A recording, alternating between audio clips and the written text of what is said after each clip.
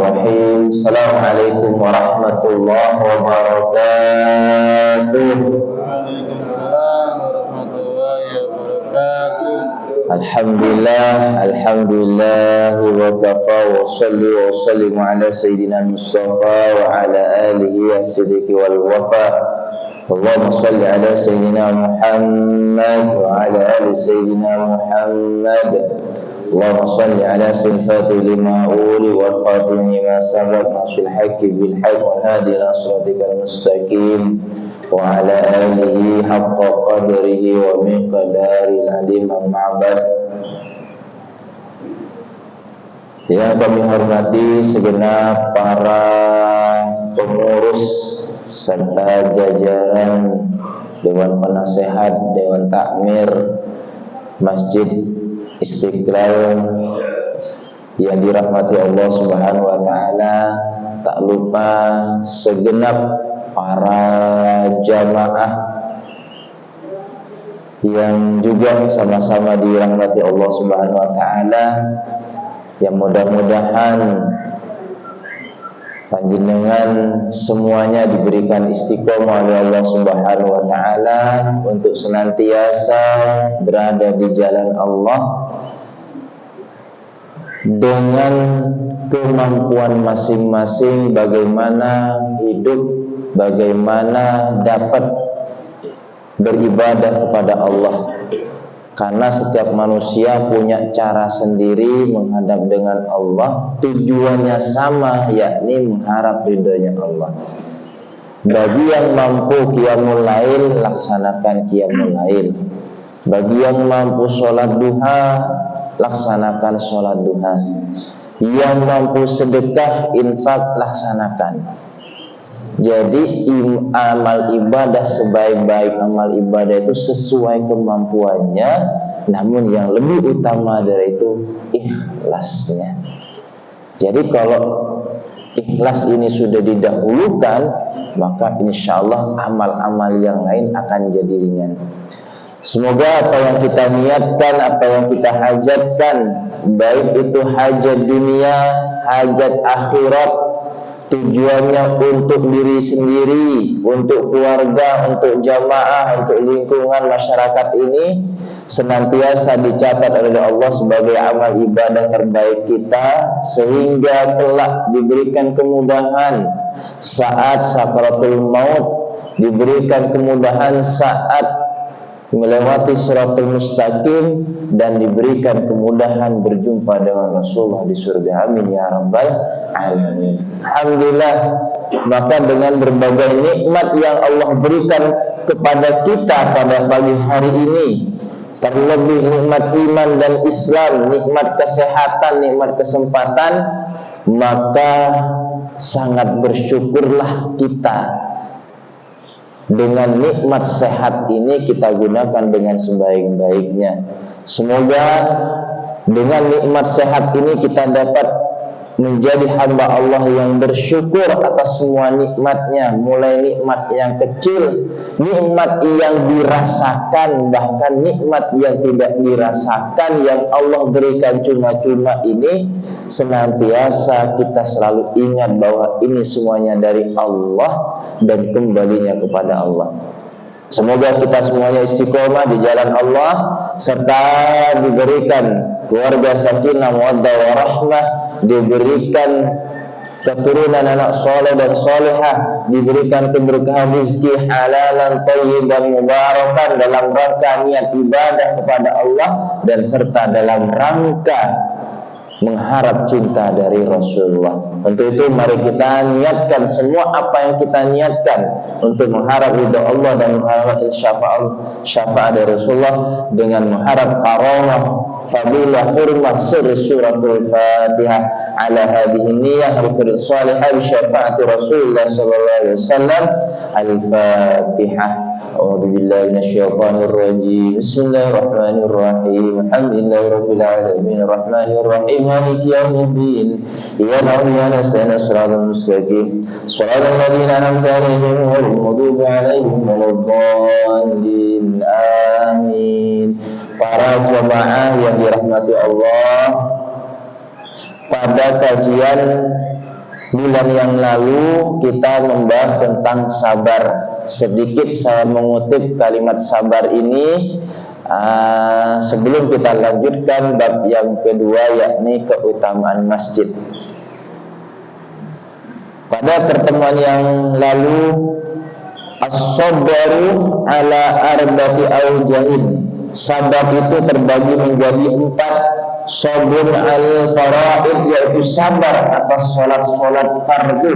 Artinya ketika melaksanakan sholat fardu kita lebih tenang, karena yang kita hadapi ini adalah zat yang maha menciptakan kita.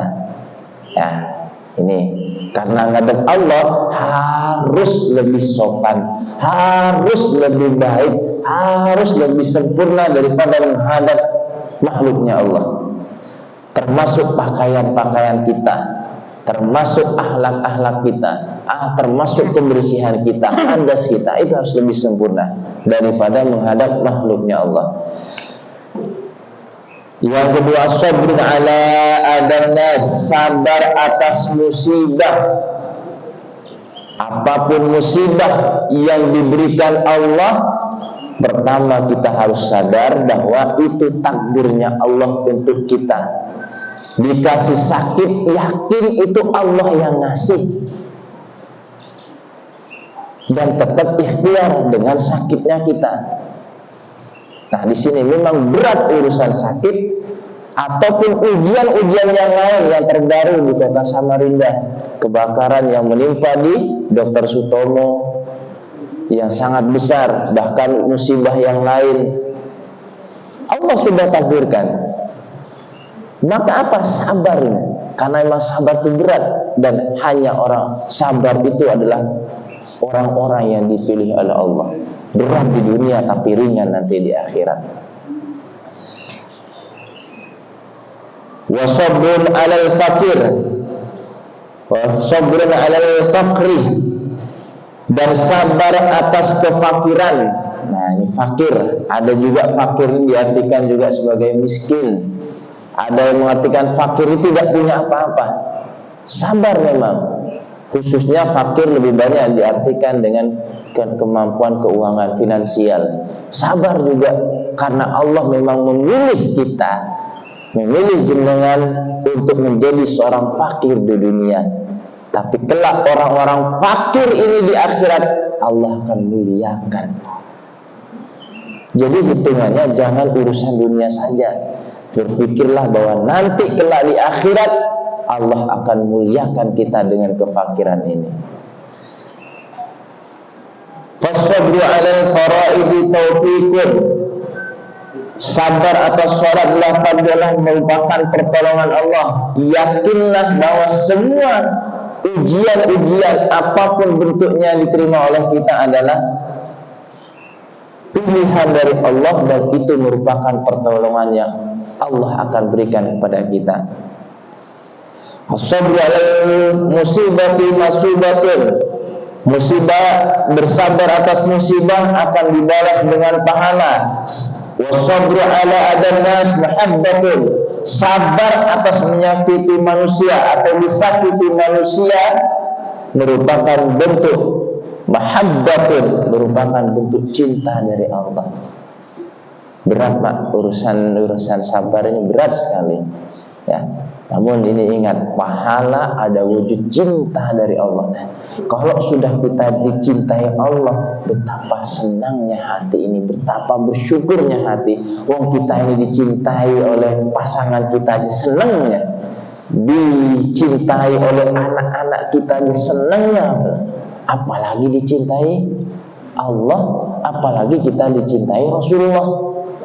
Disenangi pengurus masjid aja, disenangi sesama manusia saja bersyukurnya, apalagi sampai-sampai kita disenangi, dicintai oleh Rasulullah dan dicintai oleh Allah. Wasabru 'alal faqri ridallahu ta'ala, dan sabar atas kefakiran adalah bentuk ridhonya Allah kepada kita. Nah, kalau sudah Allah ridho Pak, insya Allah Allah akan berikan apapun yang diminta kepada kita. Namun semuanya ingat ada tahapannya. Gak semuanya yang kita minta Allah kasih. Kenapa? Allah ngasih sesuai keperluan manusianya. Allah ngasih sesuai keinginannya. Jadi ya memang kudu sabar. Yang terakhir dari bab sabar ini, idza hadatsala abadul musibatin fi badanihi, tak kala terjadi musibah kepada seorang hamba fi badanihi, baik di badannya, wa awwamalihi atau di hartanya, wa auladihi ataupun di anak-anaknya, fastaqbal, maka menghadapilah musibah itu apa? Bisabril jamilin, dengan kesabaran yang baik. Astahyallahu yaumal qiyamah, maka Allah, ini jawabannya Pak, kalau kita sangat sabar dengan semua ujian Allah, fastahyallahu yaumal qiyamah, Allah akan malu kepada orang-orang yang sabar tersebut, ayyansibalahu mizanan. Apa maunya Allah nanti di hari kiamat? Untuk menegakkan timbangan amalnya.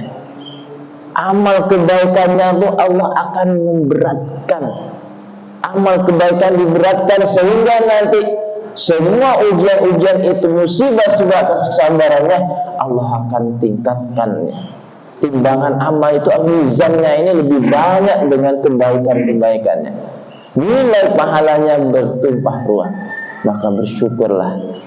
Ya, prospeknya adalah jangan hari ini, walaupun kita mengharap hari ini kita dijauhkan dari musibah, namun karena Allah berkehendak, yakinlah bahwa kelak di akhirat Allah akan berikan.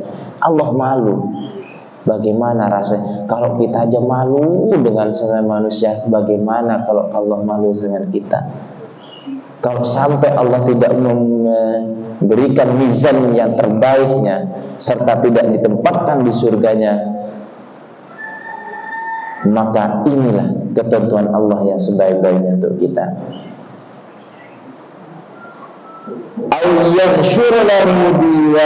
Maka Allah akan membentangkan catatan-catatan amalnya dengan bentangan yang sangat baik, yang sangat mulia. Masyaallah muslimin, jamaah Masjid Istiqlal yang dirahmati Allah Subhanahu wa taala. Sedikit tentang bahasan kita bab sabar. Walaupun dalam kitab-kitab yang lain ini banyak dibahas tentang bab sabar ini, dan kita lanjut pada al-bab tsani, bab yang kedua tentang al-fadail masjid, keutamaan masjid dalam kitab Babul Hadis. Jamaah yang dirahmati Allah Subhanahu wa taala, al-masjidu baitun kullu mu'minin. Al-masjidu baitun kullu mu'minin artinya masjid adalah rumah bagi seorang mukmin. Masjid adalah rumah seorang mukmin, berarti rumahnya kita. Karena ini rumah kita, maka kita jaga dengan sebaik-baiknya, kita rawat dengan sebaik-baiknya, kita tempati juga dengan sebaik-baiknya.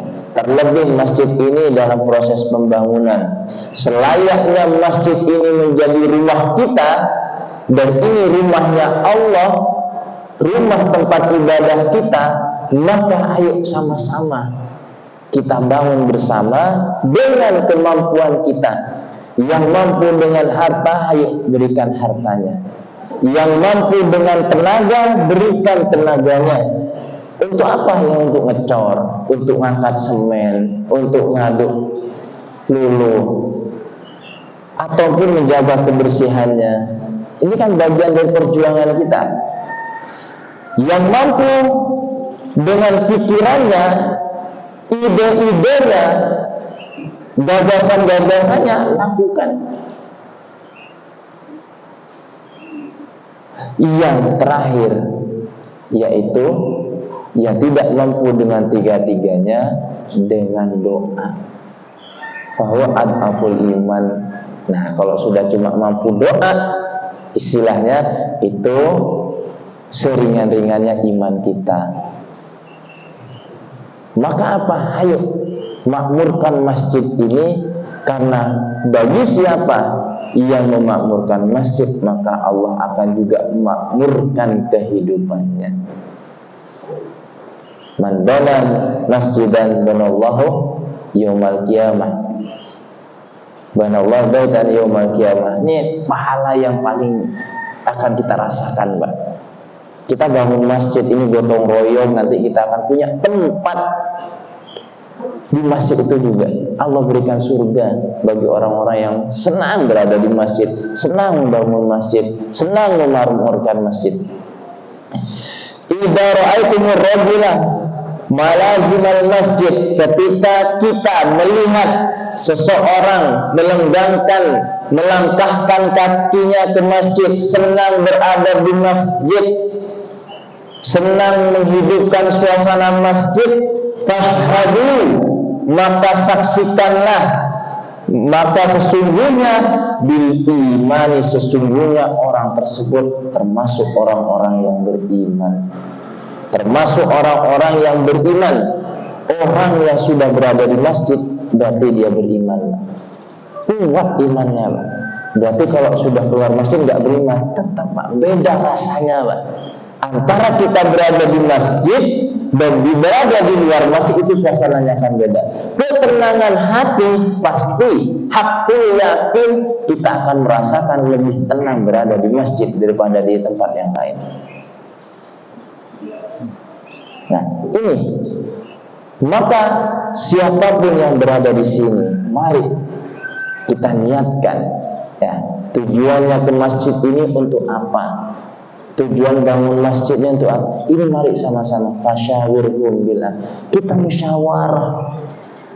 Karena ini tempatnya orang-orang yang beriman, maka pikirannya pun, hatinya pun, jasadnya pun Allah akan jaga diri kita.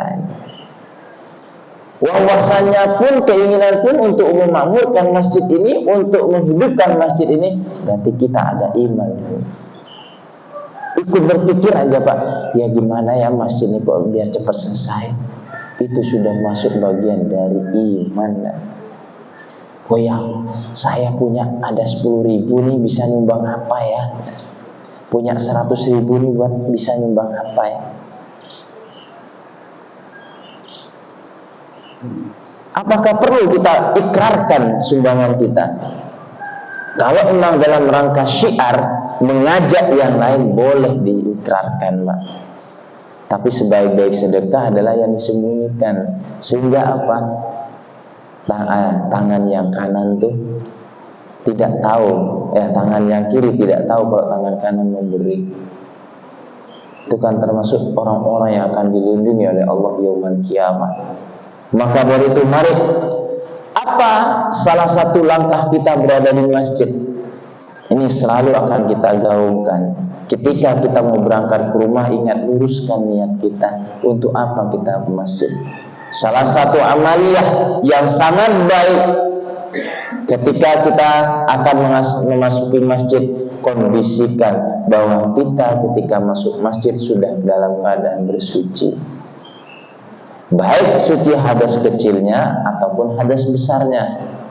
Apalagi masjid ini di depan sudah disiapkan tempat wudhu, midha'ah, tempat berwudhu, tempat cuci kakinya, tempat wudhu yang lebih dekat. Di sana mau ke sebelah kanan pun bisa, di bagian kiri pun juga bisa.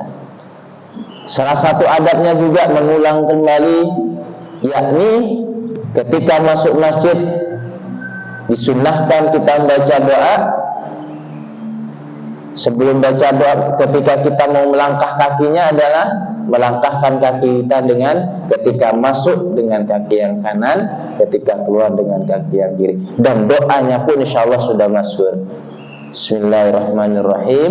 Allahumma ftahli abwaba rahmatik. Ketika kita mau masuk, keluarnya Allahumma ftahli abwaba fadlik. Ya Allah, bukakanlah pintu rahmatmu ketika masuk, ketika keluar. Ya Allah, Allahumma ftahli abwaba fadlik. Ya Allah, bukakanlah pintu-pintu keutamaan. Nah, ada laginya Pak, tidak cukup dengan doa itu. Ketika kita masuk pintu masjid yang disunahkan, kita membaca doa Assalamualaikum ya Rasulullah, Assalamualaikum ya Rasulullah, Assalamualaikum ya Rasulullah, lalu diniatkan nawaitul i'tikafa sunnatan lillahi ta'ala, saya niat i'tikaf sunnah karena Allah Ta'ala. Jadi tidak hanya doa saja, ya.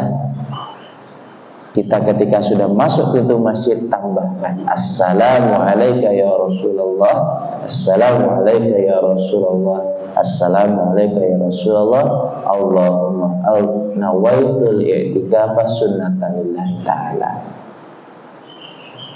Aku yakin Pak, Rasulullah hadir di tempat ini bersama kita, bersama umat-umatnya yang memakmurkan masjid.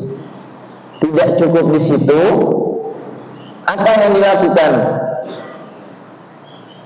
Idza dakhala ahadukumul masjidah fala yajlis hatta yusalli rak'ataini.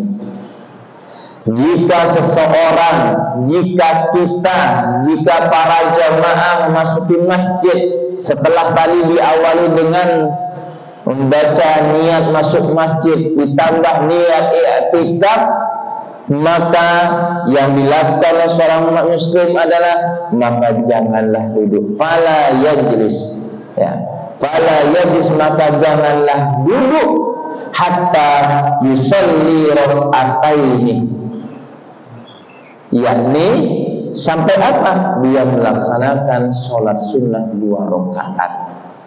Ini sering kita kenal dengan sholat tahiyatul masjid.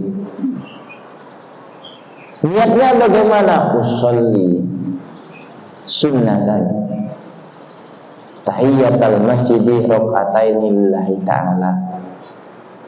Itu kalau bahasa Arabnya.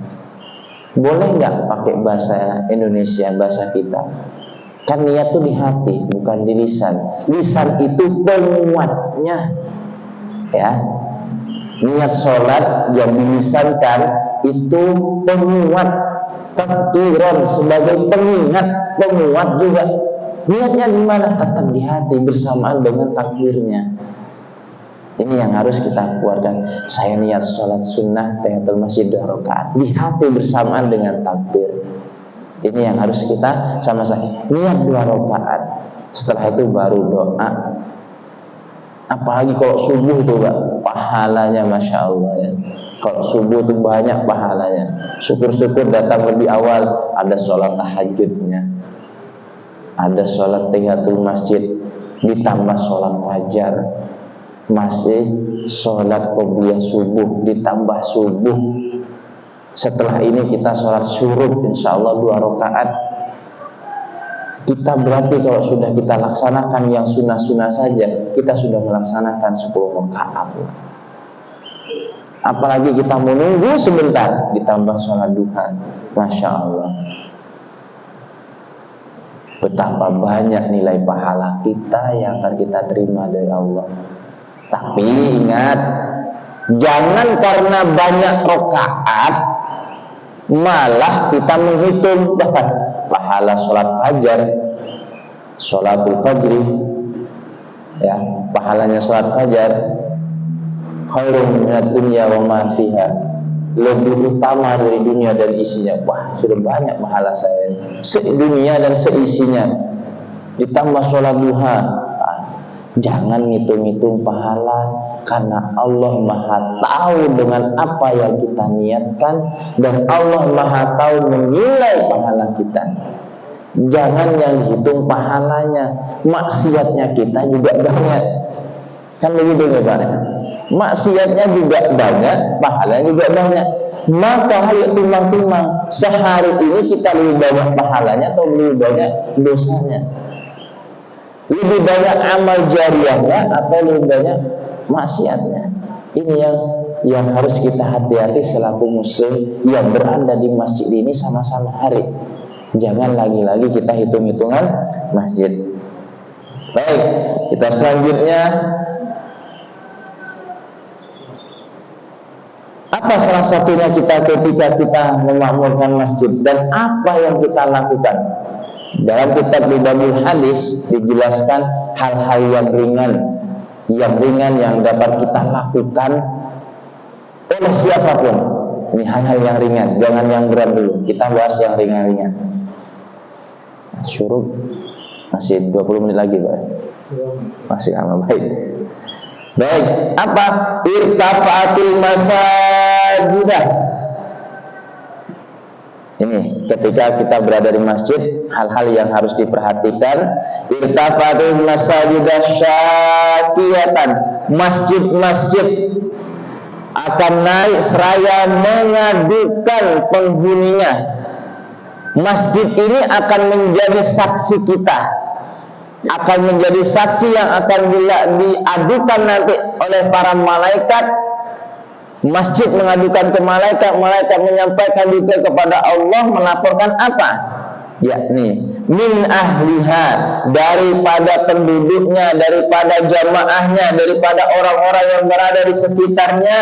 Alladzina yatakallamuna, yaitu orang-orang yang senantiasa berbicara di kalamid dunya dengan perkataan-perkataan, pembicaraan dunia, fatastaqbil biha, kemudian menyambut malaikat tersebut, menyambutnya seraya dengan perkataan fataqulu irji'i faqad ba'dan bihalakihim, maka kembali kamu telah benar-benar diutus dengan kehancuran manusia. Artinya apa, Pak? Di sini ada kalimat dunia, perkataan-perkataan dunia. Ini kita hindari. Karena apa? Ketika sudah masjid ini dijadikan tempat pembicaraan urusan dunia, ingat dunia ini ada dua, Pak. Dunia yang mengarahkan kepada urusan akhirat, ada dunia yang murni hanya cinta dunia saja. Yang dihindari di sini adalah yang membahas tentang dunia saja, tidak mengarah urusan akhirat.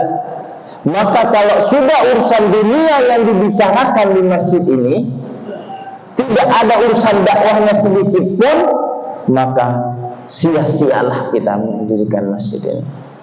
Karena pada fungsinya masjid ini awal-awal, ya, pendirian masjid itu kan di kota Yasrib.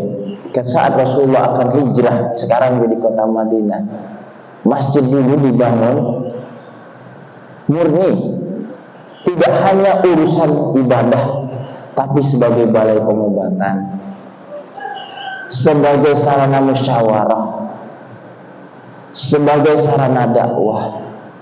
Ketika urusan dunia, Rasulullah membicarakannya di luar masjid. Nah, maka dari itu kita nanti ketika ada obrolan urusan dunia, yuk ke teras dulu deh. Kalau memang harus ada di masjid, kalau enggak ya di luar masjid. Supaya ada bedanya, ini tempat yang sangat mulia, tempat kita sujud kepada Allah, kita jaga. Jangan sampai kita dijadikan tempat-tempat praktek yang hanya urusan dunia saja. Tapi untuk kemaslahatan umat, mari bersama-sama kita jaga. Karena ada ancaman dari malaikat. Bahasanya dia, nantinya Allah akan menghancurkan kita ketika masjid ini dijadikan sebagai tempat urusan dunia semata. Ingat, ada dunia semata, ada urusan dunia, tapi juga mengarah. Maksudnya apa, Pak? Kita bicara tentang dunia yang mengarah ke akhirat. Salah satu contohnya, ya, urusan dunia yang mengarah ke akhirat. Baik. Contohnya yang sangat ringan yang berada di tengah-tengah kita adalah ketika kita ada transaksi nilai ibadah. Ini kan termasuk jual beli, dan itu sangat diharamkan. Bahkan ada ulama yang mengatakan transaksi di masjid itu haram, yang sangat keras. Ada yang mubah, ada yang makruh. Nah, transaksi ini, Pak, jual beli ini sudah ada tempatnya. Bahkan di dalam kitab ini dijelaskan syara'ul bidai aswaruha, seburuk-buruknya tempat itu pasar, wa khairul bidai masajiduha, dan sebaik-baiknya tempatlah masjid. Jadi pasar dan masjid itu harus berbeda, bahasanya juga beda. Ketika ada transaksi jual beli, maka sebaiknya, saya mengatakan sebaiknya tidak dilakukan di dalam masjid, bahkan dijauhkan, ditempatkan yang lain. Ya, Pak Ustadz, kalau urusannya tidak umroh, di umroh itu kan jual beli juga, Ustadz. Tapi kan umroh untuk urusan akhirat, ada nilai sisi akhiratnya. Maka ketika transaksi pembayarannya jangan lakukan di masjid. Syiarnya sampaikan, seruannya sampaikan, ajakannya sampaikan. Mau umroh, mau haji boleh disampaikan. Karena seruan untuk apa? Untuk menyempurnakan rukun Islam kita, untuk bisa ziarah ke Rasulullah langsung di Mekah dan Madinah, ziarah tempat kelahiran Rasulullah di Mekah, ziarah ke tempat Rasulullah di Madinah, tempat wafatnya Rasulullah. Namun ketika ini transaksinya urusan dunia, akadnya, pembayarannya jangan lakukan di masjid. Tolong ini sama-sama. Ini pembahasannya sudah agak berat. Saya kembalikan ke yang ringan saja. Insyaallah bismillah. Berbicara pertama kaitan dengan arisan. Arisan itu boleh enggak ya? Kembali kepada kita meyakininya, Pak. Saya sendiri, saya pribadi tidak melaksanakan arisan tersebut. Ya, saya pribadi. Tapi kalau jenengan mau melaksanakan silahkan. Kembalikan tujuannya arisan untuk apa? Ya, pertama, tujuan arisan itu untuk apa? Yang kedua, manfaat arisan itu apa? Yang paling penting dari arisan itu, saya yakin amanahnya. Saya nitip amanahnya, ya. Amanah, ketika amanah arisan itu dijalankan dengan baik, maka jalankan. Tapi ketika amanah itu tidak dapat dilaksanakan, maka hindari. Saya kategorinya yang menghindari. Ya, bukan maksud curiga, tidak, tapi menghindari untuk tidak melaksanakan tersebut dengan berbagai pertimbangan. Jadi kalau kaitan dengan arisan, jika manfaatnya lebih banyak, di situ diniatkan arisan untuk silaturahim, arisan untuk ukhuwah, arisan di dalamnya ada majlis. Nah, kan ya, sebelum arisan ada ngaji, ya, yasinan, doa, ada zikir, ada sedekah, laksanakan. Saya nitip, saya cuma nitip, jaga amanahnya. Jangan sampai majlis yang sudah baik, ukhuwah yang sudah baik, rusak karena tidak amanah. Saya nitip itu kepada siapapun. Jangan sampai ketika urusan arisan itu ternyata amanah, sampai akhirnya, sampai selesai semuanya tuntas, maka saya dukung kegiatan arisan tersebut. Nah, tapi ketika sudah mulai ada kecurigaan, ada hal yang kurang, maka tinggalkan. Saya mendukung arisan jika amanah. Lihat, arisan urusannya dunia, tapi ada bagian di situ urusan akhirat. Kalau taruh di masjid bagaimana? Nah, tadi kan pertanyaan begitu. Ya. Saran saya supaya nilai silaturahminya lebih kuat, dari rumah ke rumah. Saran saya, dari rumah ke rumah, nilai silaturahminya lebih kuat. Tapi kalau memang mau ditaruh di masjid, gak ada tempat lain, mohon kaitan dengan transaksi keuangannya jangan dilakukan di masjid. Itu saran saya. Nanti siapa tahu punya pertimbangan yang lain dari guru-guru yang lain. Kenapa? Ada nilai duniawinya. Ketika sudah akad, tolong saya nitip jangan di dalam masjid. Kalau di rumah kan aman, keliling rumah ke rumah silaturahmi, entah setiap pekan lah keliling. Nah, akhirnya tahu rumah tetangga yang awalnya hanya ketemu di masjid saja, akhirnya tahu rumah tetangga. Enggak muat Pak Ustaz, rumah saya kecil, rumah saya masih kayu, apalagi rumah saya masih ngontrak. Bisanya hanya di masjid. Monggo, silahkan saya kembalikan ke pengurus takmir. Cuma bagi saya, ketika urusan majlisnya bagus, ngajinya bagus, transaksinya tolong jangan dilakukan di dalam masjid. Terus yang kedua, kaitan dengan kita ikut membersihkan. Dalam kitab Ibnu Hadis dijelaskan, man akhraja qadaratan minal masjid, barang siapa yang mengeluarkan kotoran dari masjid, apapun bentuk kotorannya. Terlebih, ini mohon maaf, ini kan settingannya udaranya supaya segar, lebih tenang, banyak bolongan. Biasanya kalau banyak bolongan begini, yang senang itu burung. Kalau di kampung saya disebut burung gereja. Sini sama ya, sama dia burung gereja. Itu biasanya kan paling paling muncul kayaknya kalau urusan kotoran. Dan setiap masjid pasti ada saja cicak, kotoran cicak. Nah ini dalam kitab Ibnu Hadis dijelaskan, barang siapa yang menjaga kotoran masjid, membersihkannya dan dari pandangannya dirinya sendiri, maka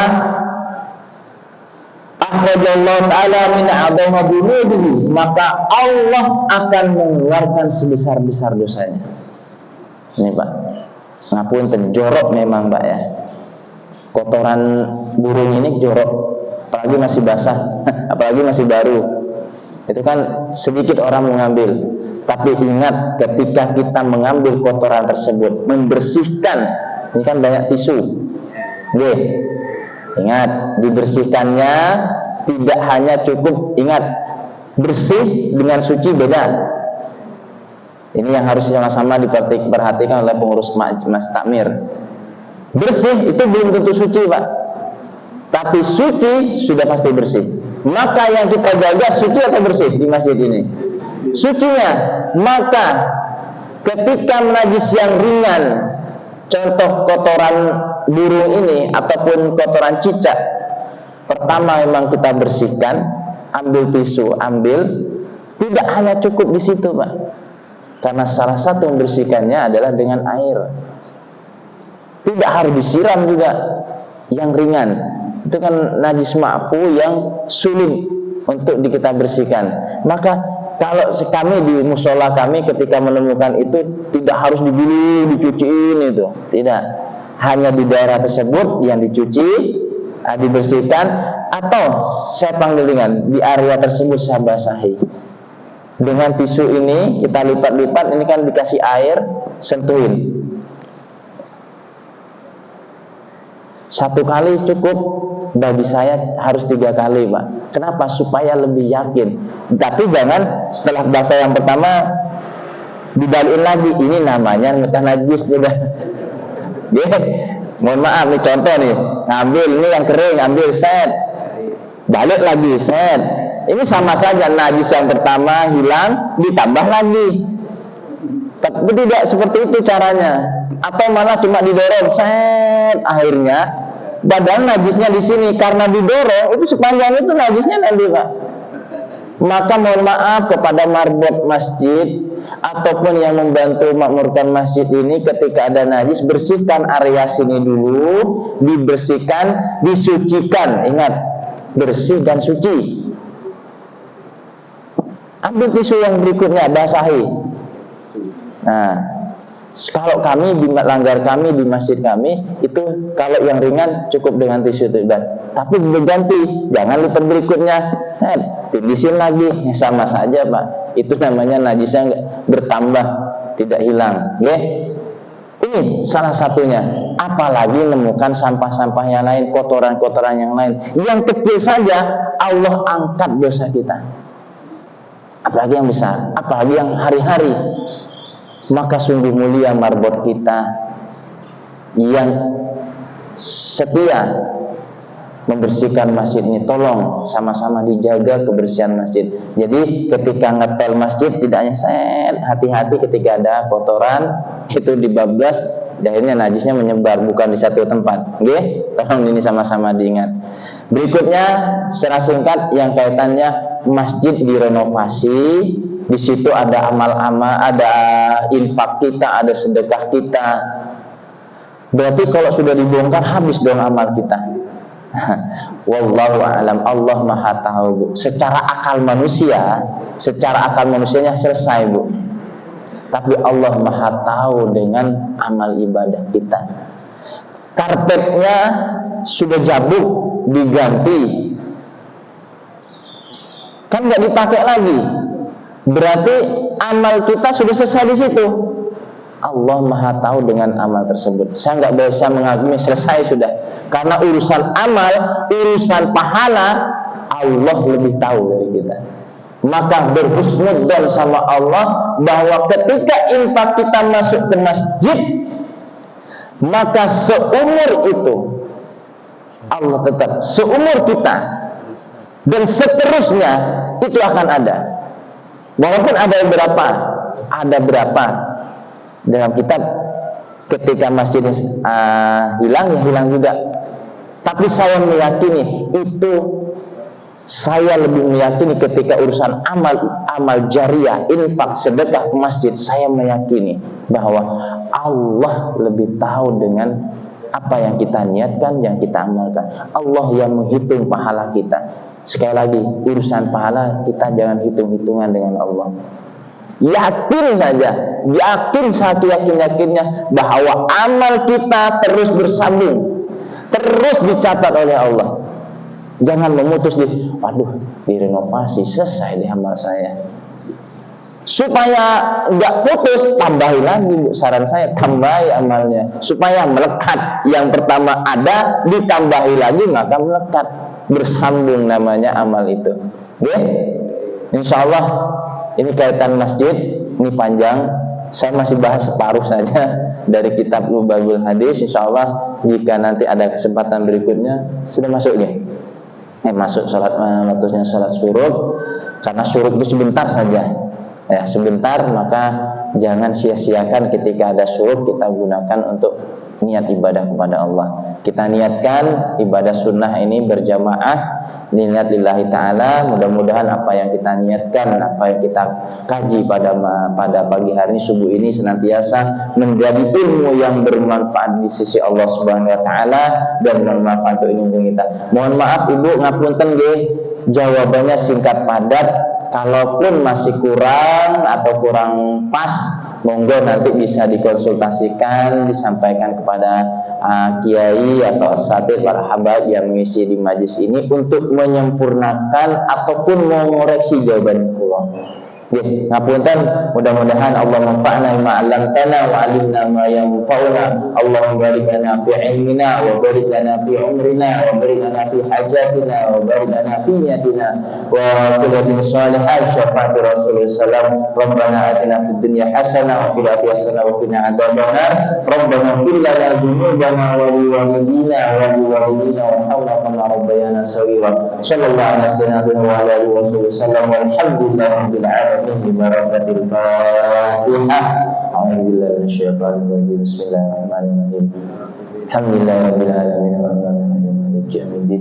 Iyyaka na'budu wa iyyaka nasta'in shiratal mustaqim shiratal ladzina an'amta 'alaihim ghairil maghdubi 'alaihim waladdallin. Jazakumullah khairan jazaa. Sekali lagi mohon maaf atas khilafan.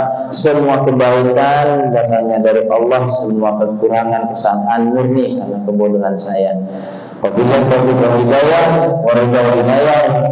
Assalamualaikum warahmatullahi wabarakatuh.